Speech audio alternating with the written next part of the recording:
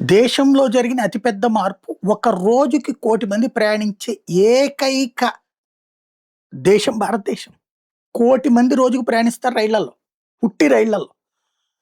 అలాగే ప్రపంచంలోనే అతి ఎక్కువ మందికి ఉద్యోగాలిచ్చినటువంటి సంస్థ రైల్వే. ప్రభుత్వ రంగ సంస్థ. అలాంటి రైళ్ళు మనం పాస్ పోసుకుంటుంటే రైల్వే స్టేషన్‌లో మన కాళ్ళ కిందకొచ్చే సిట్యుయేషన్ నుంచి కంపు కొట్టేటటువంటి కంపార్ట్మెంట్ల నుండి ఇప్పుడు ఒక అద్భుతమైనటువంటి మార్పులైతే అనేకంగా కనబడుతుంది. ఇంకా చేయాల్సింది చాలా ఉంది. 70 ఏళ్ల దరిద్రాన్ని 60 ఏళ్ల తర్వాతన బాగు చేయడం ప్రారంభిస్తే ఈ 10, 11 ఏళ్లలో కొంతమేర జరిగింది. ఇంకా జరగాల్సింది చాలా ఉంది. నిలబడితేనే సాధ్యమవుతది.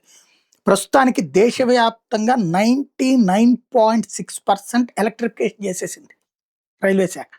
పైగా సోలార్ పవర్‌తో వాళ్ళకి వాళ్ళే ఉత్పత్తి చేసుకుంటా ఖర్చు తగ్గించుకునే పనిలోనూ ఉన్నారు. సేమ్ టైమ్ ట్రైన్స్ సిస్టమ్స్ మార్చేసింది. స్పీడ్ పెంచుకొచ్చింది. ఇప్పుడు టోటల్ ట్రాక్స్ అన్నిటిని బలోపేతం చేసుకుంటూ 110 నుండి 160 కిలోమీటర్ల వేగంతో నడిచే ట్రైన్స్‌కి పచ్చజెండా. తద్వారా ఒక దూకుడైతే రైళ్లలో కనిపిస్తోంది.